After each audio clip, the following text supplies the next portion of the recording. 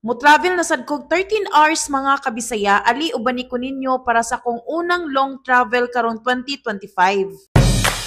Before ta mo biyahe mga kabisaya, magtubil sa ta og around 250 to 260 og full tank na siya sa motor nga sniper.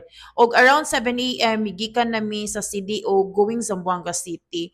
Ali uban nimi mga kabisaya kay para makabalo mo pila ka stopover ang gibuhat namo kay dili gid sayon ang tuloy-tuloy nga 13 hours para lang gyud mo abot sa imong destination. Almost 9 AM na ta miabot sa Iligan City mga kabisaya og dili gyud makompleto ang biyahe kung dili ta mamahaw diri sa Pakdol o Navia Eatery. Anyways, dapat magyud unta nga 2 AM mugikan sa CDO but sad to say gabi ang kakusog sa ulan mga kabisaya og dili sad pwede nga sa pagsugod pa lang sa atong biyahe nga basa na kita sa ulan kay dili kita moabot sa atong destination ana.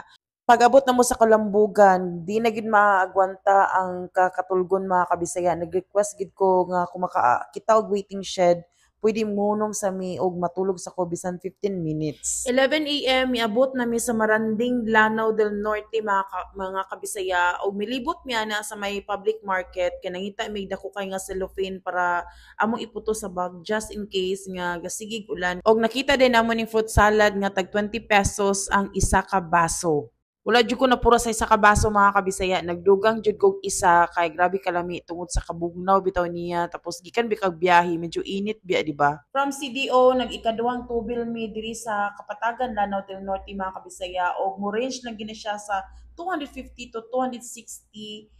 Full tank na siya sa isa ka motor nga sniper. 12:30 miabot na mi sa Pagadian City mga kabisaya og dra na gid nagsugod ang grabe nga struggle kay gasakita gid kaayo akong lubot mga kabisaya kay wala gid ko saktong pahulay before ni siya nga biyahe kay tungod dagan pa ko giasikaso nga orders. Anyway, mo din ni siya mong stopover diri sa may 7-Eleven sa Pagadian City mga kabisaya. Pag-stop over na mo mga kabisaya, mo stay lang gid may 15 to 20 minutes tapos larga na sa dayon dritso kay para lagi dili may madugay sa dalan.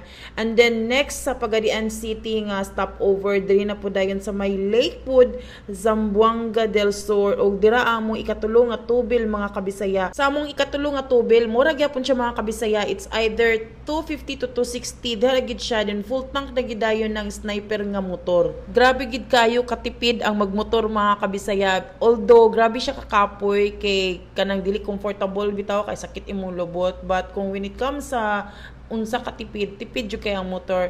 Anyways, nanadayon mi sa may Buog, Zamboanga Sibugay ani nga time mga kabisaya og mo gyapon nag-stop over gyapon ko diri kay di na sad makaya nako ang kasakit gid sa akong lubot. Og kani nga stop over kuana ni siya water break. Nag-apply pod ko dayon og cream para sad mawala-walang hapdo sa akong dagway. Anyways, pag-abot na mo sa Imelda, Zamboanga Sibugay, naabta na gid mig ulan sa dalan mga kabisaya.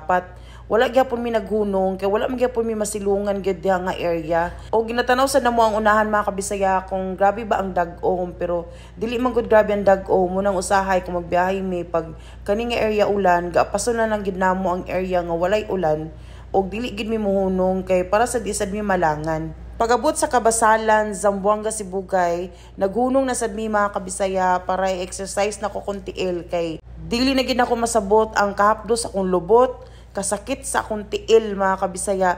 O kani nga area po diri sa Kabasalan, medyo bibo gid kayo po ni diri kay I think hapit na po ang fiesta dinhi. Munang ingunong na lang sad kuno kay murag nalingaw sa kog tan-aw sa mga dalan bitaw nga daghan kaayo establishment.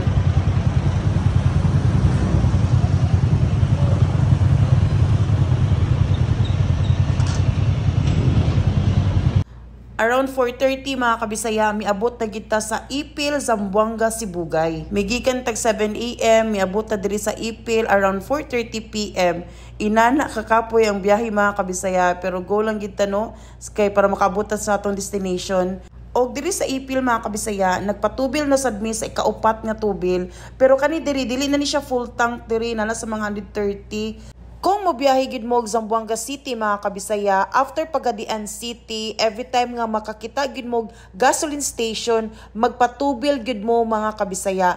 Ayaw na gid mo pahulat bitaw nga mugamay kaayo inyong tubil kay taglagyo na bagid kayo ang mga lugar-lugar diha. And finally mga kabisaya, at exactly 5:30 in the afternoon, nakaabot na kita sa Zamboanga City. Hello mga kabisaya, Welcome na to diri sa Zamboanga City. Finally, after 10.5 hours, nakaabot na kita diri, but mabiyahe pa tag another 1.5 hour para makaabot kita sa syudad. So nagikan mi sa CDO around 7 AM o karon 5:30 na sa hapon.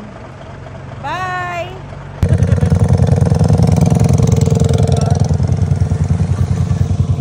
Nanami sa Zamboanga City, pero pag puno man ang Kalbaryo, pag mi abot sa syudad. 1 hour to go. Guys, 1 hour to go.